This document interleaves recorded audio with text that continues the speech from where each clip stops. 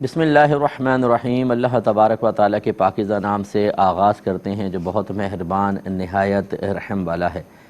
درس بخاری کا سلسلہ کتاب البیوع تک پہنچا ہوا ہے اور پچھلے پروگرام میں ہم نے 2182 نمبر حدیث پاک ذکر کی تھی۔ اگلے باب کی طرف آتے ہیں۔ باب بیع المزابنۃ وہی بیع التمر بالتمر و بیع الزبیب بالکرم و بیع العرایا، یعنی یہ بیع مزابنہ کا باب ہے۔ اور بیع مزابنہ یہ ہے کہ خشک کھجوروں کی درخت پر لگی ہوئی کھجوروں کے ساتھ بیع کرنا، اور کشمش کی انگوروں کے ساتھ بیع ہے۔ اور بیع عرایا کا باب 2183 نمبر حدیث پاک ہے۔ حضرت عبداللہ بن عمر بیان کرتے ہیں کہ نبی کریم صلی اللہ علیہ وسلم نے ارشاد فرمایا کہ درخت میں لگے ہوئے پھلوں کو فروخت نہ کرو حتیٰ کہ ان کی پختگی ظاہر ہو جائے، اور درخت میں لگی ہوئی کھجوروں کو خشک کھجوروں کے بدلے فروخت نہ کرو۔ تو نبی کریم صلی اللہ علیہ وسلم نے جب تک پھل پختہ نہ ہو جائیں بیع کرنے سے منع فرمایا، اور یہ اس دور کے اعتبار سے تھا۔ یہ شارح یہی کہتے ہیں مطلب موجودہ جو دور میں باغات کی بیع ہو رہی ہے اس کے جواز کی طرف لانے کے لیے اس کی ایک توضیح تشریح کی گئی ہے کہ نبی کریم صلی اللہ علیہ وسلم نے اس زمانے میں چونکہ درخت کم تھے، باغات کم تھے، آندھی طوفان بہت زیادہ آتی تھیں، اور پھلوں کے ضائع ہونے کا، جیسے بور اگر نکل آئے اور اس کو بیچ دیں تو اگر آندھی طوفان آئی تو ختم ہو جائے، اس لیے فرمایا کہ پہلے تھوڑا سا پختہ ہونے دو، اس کے بعد ان کو بیچو۔ آج کل کے دور میں چونکہ امپورٹ ایکسپورٹ ہے، آپ نے اپنا پھل باہر بھیجنا ہوتا ہے، تو اس لیے جو اچھے باغات ہوتے ہیں جن کے پھل باہر جاتے ہیں، وہ پھل کیا جو بور ہے جس کو بہار کہتے ہیں، اس سے پہلے ہی بیع کر دیتے ہیں، پورے باغات خرید لیے جاتے ہیں۔ اور وجہ اس کی یہ ہوتی ہے کہ آگے جہاں ایکسپورٹ کرنا ہے ان سے پہلے سودا طے کرنا ہوگا، پھر اس کے بعد وہ مطلب اگر پہلے طے نہ کریں اور وہاں بات کر لیں اور یہاں باغ میں نہ ملے وہ کسی اور کو بیچ دے تو بہت ہی پرابلم ہو۔ تو اس لیے وہ درختوں کے اعتبار سے مطلب اندازہ کر لیتے ہیں کہ کتنے من پھل اترے گا، اس کا سودا کر لیتے ہیں، اور پھر آگے بھی ایک ان کی پوری لائن ہوتی ہے، ایک چین ہوتی ہے، اس کے حساب سے آگے فروخت کر دیتے ہیں۔ تو آج کل کے دور کے اعتبار سے فقہاء نے اس کی اجازت مرحمت فرمائی ہے، کیونکہ یہ اتنا زیادہ رائج ہو گیا ہے کہ کچھ انتہا نہیں۔ اور تو اس میں اور یہ بھی ہوتا ہے بعض اوقات کہ تھوڑے سے پھل پک گئے ہیں اور تھوڑے سے ابھی آنے ہیں، ایسی بھی بیع ہو جاتی ہے۔ تو بہرحال اس کی فی زمانہ اس کی اجازت دی جائے گی، کیونکہ یہ بہت زیادہ لوگوں میں رائج ہو چکا ہے۔ بہتر اس کے کئی حل بھی بتائے ہیں۔ بعض نے کہا کہ درختوں کے ساتھ یہ زمین یعنی کرائے پر لے لیں، اس شرط کے ساتھ کہ درختوں پہ جو پھل ہوں گے وہ بھی میرے ہوں گے۔ تو یہ پھر اس کا جو جتنا باغات کے قیمت طے کرنی تھی پھلوں کی، وہ زمین کا کرایہ طے کر لیں، تو اس طریقے سے پھر پھل کم زیادہ ہوں اس سے کوئی فرق نہیں پڑے گا۔ اور دوسرا نبی کریم صلی اللہ علیہ وسلم نے ارشاد فرمایا کہ درخت میں لگی ہوئی کھجوروں کو خشک کھجوروں کے بدلے فروخت نہ کرو، کیونکہ یہ اندازے سے کریں گے اور اس میں سود کا گمان ہو سکتا ہے، کیونکہ وہ پکی ہوئی کھجور ہیں، یہ خشک ہیں، جنس تو تقریباً ایک ہی ہوتی ہے، اور اس میں یہ ہو سکتا ہے کہ ایک تو اندازے سے غلطی واقع ہوگی، اور دوسرا ہم جنس کو برابر بیچنا ضروری ہوتا ہے، کمی بیشی کے ساتھ کریں گے تو سود متحقق ہوگا، اس لیے پہلے اس کو اتارا جائے، اتارنے کے بعد ناپا جائے، اس کے بعد اس کو فروخت کیا جائے۔ تو یہ عام لوگوں کے تو خیر مسائل نہیں ہیں، یہ خاص جو باغات وغیرہ چلاتے ہیں ان کی رہنمائی کے لیے ہو سکتے ہیں، لیکن آپ یہ جانتے ہیں کہ ہر دور میں طریقے بدل جاتے ہیں، اور ان طریقوں کے بدلنے کے بعد اب یہ تو نہیں ہوتا کہ حدیث کو بالکل ہی چھوڑ دیا جائے۔ حدیث کا حکم اپنی جگہ باقی ہے، ہاں کہیں اگر عرف تبدیل ہو جاتا ہے، طریقہ کار تبدیل ہو جاتا ہے، تو پرٹیکولر وہاں پر ان لوگوں کی عادت اور رسم و رواج کے مطابق جہاں تک شریعت رعایت کی اجازت دیتی ہے رعایت دی جاتی ہے، باقی جگہ حکم اپنی جگہ ہوتا ہے۔ یہ نہیں ہو سکتا کہ ہم ایسا عرف قائم کر لیں کہ قرآن و حدیث کے حکم کو بالکلیہ یعنی پوری دنیا سے ہٹا دیں، ایسا نہیں ہوگا۔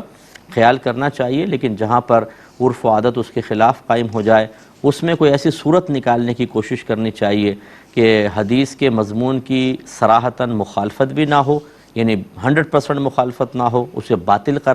قرار دینا لازم نہ آئے، اور یہ مسئلہ بھی حل ہو جائے۔ اگلے باب کی طرف، اگلی حدیث کی طرف آتے ہیں۔ حدیث نمبر ہے 2184۔ حضرت زید بن ثابت رضی اللہ تعالی عنہ بیان کرتے ہیں کہ اس ممانعت کے بعد رسول اللہ صلی اللہ علیہ وسلم نے تازہ یعنی درخت پر لگی ہوئی کھجوروں کی، خشک کھجوروں کے عوض بیع عریہ کی اجازت دی، اور اس کے علاوہ میں اجازت نہیں دی۔ بیع عریہ آپ نے پیچھے پڑھا تھا، اس کا یہ ہوتا ہے کہ ایک شخص نے کسی کو کہا کہ یہ درخت جو ہے میں 1 سال کے لیے تمہیں عاریتاً دیتا ہوں، تم اس کا پھل کھا لینا۔ پھر کسی صحیح مصلحت کی بنا پر وہ سوچتا ہے کہ نہیں یار میں اس کو نہیں دے سکتا ہوں، تو وہ کہتا ہے کہ جتنا اس کے اوپر پھل ابھی ہے، جیسے درخت پہ پھل تھا، کہا تم اس کو استعمال کر لو، پھر منع کیا اور کہا کہ جتنا پھل ہے نا اس کے بدلے میں تمہیں ویسی دوسرا دے دیتا ہوں یا خشک کھجوریں دے دیتا ہوں۔ اب بیع تو دیکھیں منع کی، ابھی آپ نے حدیث سنی، لیکن خود نبی کریم صلی اللہ علیہ وسلم نے بیع عریہ کی اجازت دی کہ اگر عاریتاً دیا ہے پھر اس طرح کر سکتا ہے کہ درخت کی کھجوریں رہنے دے اور ویسے ہی اس کو دوسری کھجوریں دے دے۔ تو حضرت زید بن ثابت بیان کرتے ہیں کہ اس ممانعت کے بعد رسول اللہ صلی اللہ علیہ وسلم نے تازہ یعنی درخت پہ لگی ہوئی کھجوروں کی خشک کھجوروں کے بدلے بیع عریہ کی اجازت دی، اس کے علاوہ میں اجازت نہیں دی۔ 2185 نمبر حدیث پاک ہے۔ حضرت عبداللہ بن عمر رضی اللہ تعالیٰ عنہ کہتے ہیں کہ رسول اللہ صلی اللہ علیہ وسلم نے مزابنہ سے منع فرمایا۔ پھر خود کہتے ہیں کہ اور مزابنہ کی تعریف ہے کہ درخت پہ لگے ہوئے پھلوں کو خشک پھلوں کے عوض ناپ کر فروخت کرنا، اور انگوروں کو کشمش کے عوض ناپ کر فروخت کرنا۔ اس کو سرکار نے منع فرمایا کیونکہ ان میں لازم کم و بیشی ہوگی، کیونکہ پہلے دور میں ناپ کر بیچا جاتا تھا، تولتے نہیں تھے۔ اب اگر آپ تازہ چیز کو ڈالیں کنستر میں اور خشک دوسرے اس کے مقابلے میں کنستر میں خشک چیز ڈالیں تو لازم بات ہے خشک زیادہ آئے گی، تازہ کم آئے گی، اور یہ وزن میں کمی بیشی بنے گی، مطلب کچھ نہ کچھ زیادتی کمی بنے گی ناپ کے اندر، اس لیے منع فرما دیا گیا کہ ان کو اس طرح نہ کریں۔ اور یہ پہلے بھی آپ کو سمجھایا تھا کہ جو چیزیں وزن کی جاتی ہیں ان کو موزونی کہتے ہیں، اور جو برتن وغیرہ میں ناپ کر لی دی جاتی ہیں ان کو مکیلی کہتے ہیں۔ ان موزونی مکیلی اشیاء میں اگر دونوں جانب ہم جنس ہوں، جیسے ادھر بھی کھجور ہیں، ادھر بھی کھجور، ادھر انگور، ادھر بھی انگور ہیں،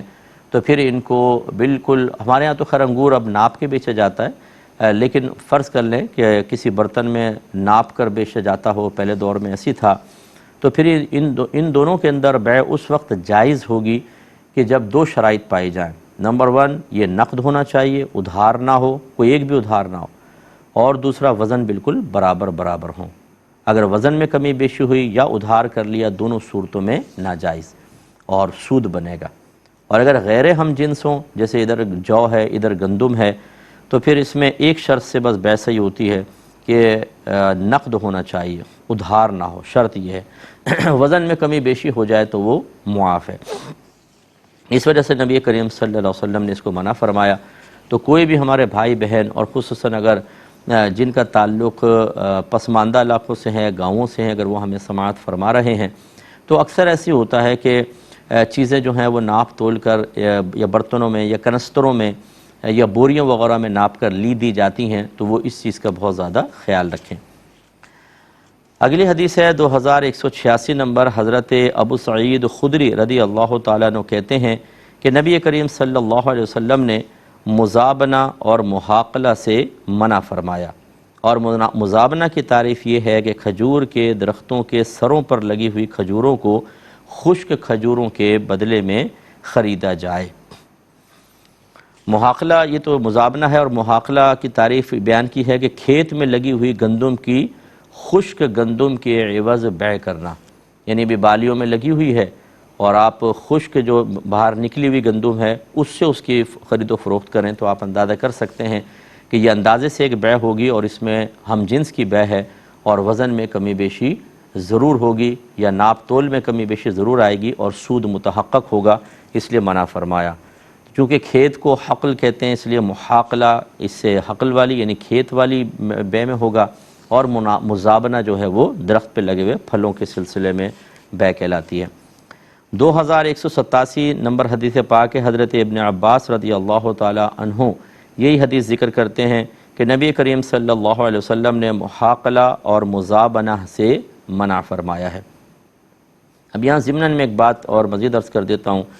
کہ دیکھیں ہمارے نبی کریم صلی اللہ علیہ وسلم اللہ کے نبی ہیں، اور نبی کا کام ہوتا ہے امت کو ہر شعبہ ہائے زندگی سے متعلق رہنمائی فراہم کرنا۔ اگر نبی کسی شعبے کے سلسلے میں ہدایت اور رہنمائی کو تشنا چھوڑ جائے تو لازم بات ہے کہ پھر وہ لوگ کس طریقے سے رہنمائی حاصل کریں گے؟ کوئی اور شریعت تو نہیں ہوگی، اور کوئی تو نبی نے آنا نہیں تھا، خاص طور پہ ہم اپنے نبی کی بات کریں تو اور کوئی نبی تو نہیں آنا تھا، تو پھر اگر نبی کریم صلی اللہ علیہ وسلم کسی شعبے کو تشنا چھوڑ جاتے تو بڑے مسئلے پیدا ہوتے۔ اس لیے یہ نہیں ہو سکتا کہ اللہ کے نبی کسی چیز کے متعلق بیان نہ فرمائیں، اس لیے سرکار نے ہر شعبے سے متعلق تعلیم بیان فرمائی، اگرچہ بعض شعبوں سے خود نبی کریم صلی اللہ علیہ وسلم کا براہ راست تعلق نہیں رہا، لیکن آپ نے اس کے باوجود اس کے بارے میں رہنمائی فراہم کی ہے۔ اس سے یہ معلوم ہوا کہ اگر کوئی کسی کی رہنمائی کا فریضہ سر انجام دے رہا ہے، جیسے شیوخ ہوتے ہیں، پیر صاحبان ہوتے ہیں، علماء ہوتے ہیں، تو انہیں اپنے متبعین کو کوشش کرنی چاہیے کہ خود اتنا علم سیکھیں کہ ہر شعبہ ہائے زندگی میں ان کو رہنمائی فراہم کر سکیں۔ کامل ترین شیخ وہی ہوگا کہ جو مختلف شعبہ ہائے زندگی پر گہری نظر رکھتا ہو اور ان کے کم از کم مسائل اس کو آتے ہوں، کیونکہ مرید ہر طرح کے ہیں۔ مثال کے طور پہ ایک شیخ ہیں، ان کے کچھ مرید ڈاکٹرز ہیں۔ اب ڈاکٹر آ کے اگر پیر صاحب سے رہنمائی حاصل کرنے کی کوشش کریں تو اگر ان کو آتا ہو تو نور علی نور ہے کہ وہ بتائیں کہ اس شعبے میں یہ جو آپ جو چیز سوال کر رہے ہیں اس کا یہ حل ہے، کیونکہ اب دوا استعمال کرنی ہے، اس میں کوئی ناجائز چیز ملی ہوئی ہے، پوسٹ مارٹم کرنا ہے، بعض اوقات سرجنز ہوتے ہیں، ان کے آپریشن اتنے لمبے ہو جاتے ہیں کہ اس میں نماز کا پورا وقت نکل جاتا ہے، اور اگر یہ درمیان میں چھوڑ کر جائیں تو مسئلہ پیدا ہوتا ہے، کیونکہ تیزی سے بلڈ بھی چڑھ رہا ہوتا ہے اور کسی چیز کو صحیح کر رہے ہوتے ہیں، ٹانکے لگ رہے ہیں، دیگر مسائل ہیں، ہل ہی نہیں سکتے ہیں، تو اب ان کو رہنمائی چاہیے۔ تو اگر شیخ اس طرح کا کامل ہو کہ وہ اس میں رہنمائی کر سکے تو بہت بہتر ہے، یا کم از کم اچھے لوگوں کے پاس بھیج سکے تو پھر یہ ایک بہت اچھی چیز ہے۔ لیکن بھیجنے میں وہی ہوتا ہے کہ ہو سکتا ہے ایک مفتی صاحب کا اپنا قول ہوتا ہے، دوسرے کا اپنا، تیسرے کا اپنا، اپنے یعنی جدید مسائل میں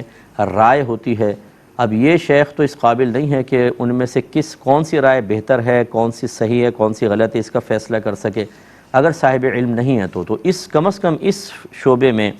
یا ان معاملات میں ان کا مرید ان کی رہنمائی سے محروم ہوگا۔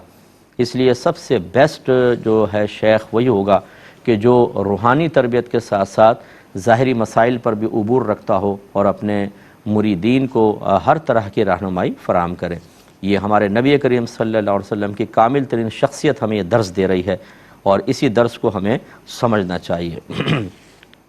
اگلی حدیث کی طرف آتے ہیں۔ 2188 نمبر حدیث پاک ہے، حضرت ابن عمر نے حضرت زید بن ثابت رضی اللہ تعالی عنہ سے یہ روایت کی کہ نبی کریم صلی اللہ علیہ وسلم نے صاحب عریہ کو اندازے سے خریدنے کی اجازت دی ہے۔ دیکھیں ویسے تو اندازہ منع ہے، پہلے بھی سمجھایا تھا کہ اگر کھجوریں لگی ہیں درخت کے اوپر اور آپ کے پاس کچھ اتری ہوئی کھجوریں ہیں، وہ تر ہیں، یہ خشک کھجوریں ہیں،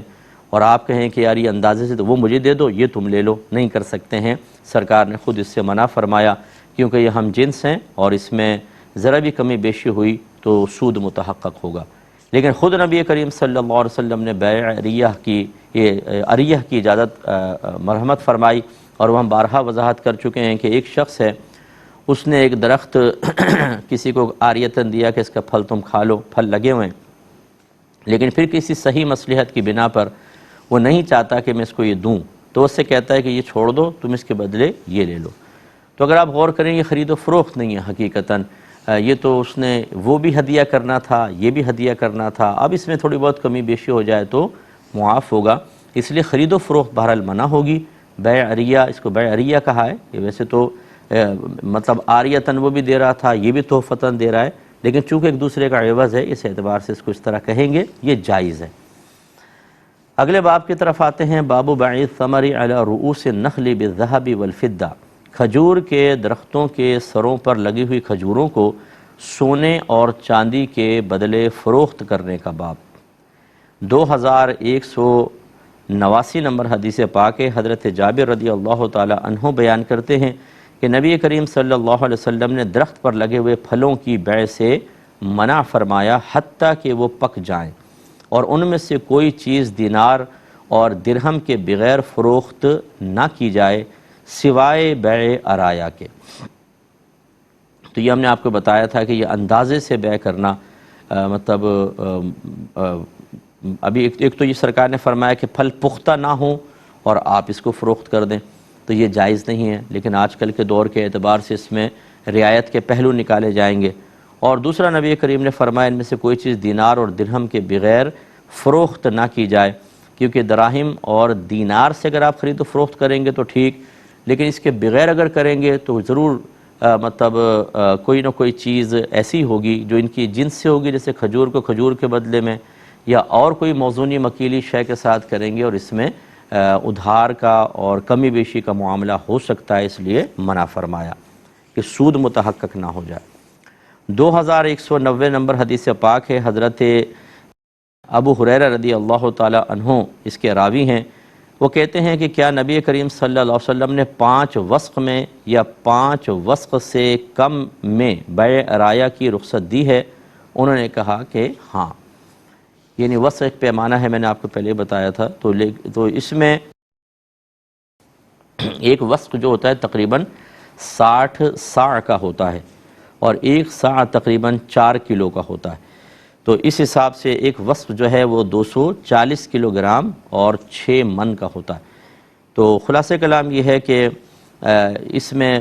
جو بیع عریہ ہے اس میں وزن وغیرہ کی کوئی مسئلہ نہیں ہے، 5 وسق سے کم میں بھی ہو سکتی ہے، 5 وسق سے زیادہ میں بھی ہو سکتی ہے۔ 2191 نمبر حدیث پاک ہے، لیکن چونکہ ابھی ٹائم کم ہے انشاءاللہ اس کو نیکسٹ پروگرام میں شامل کرتے ہیں۔ وآخر دعوانا ان الحمدللہ رب العالمین۔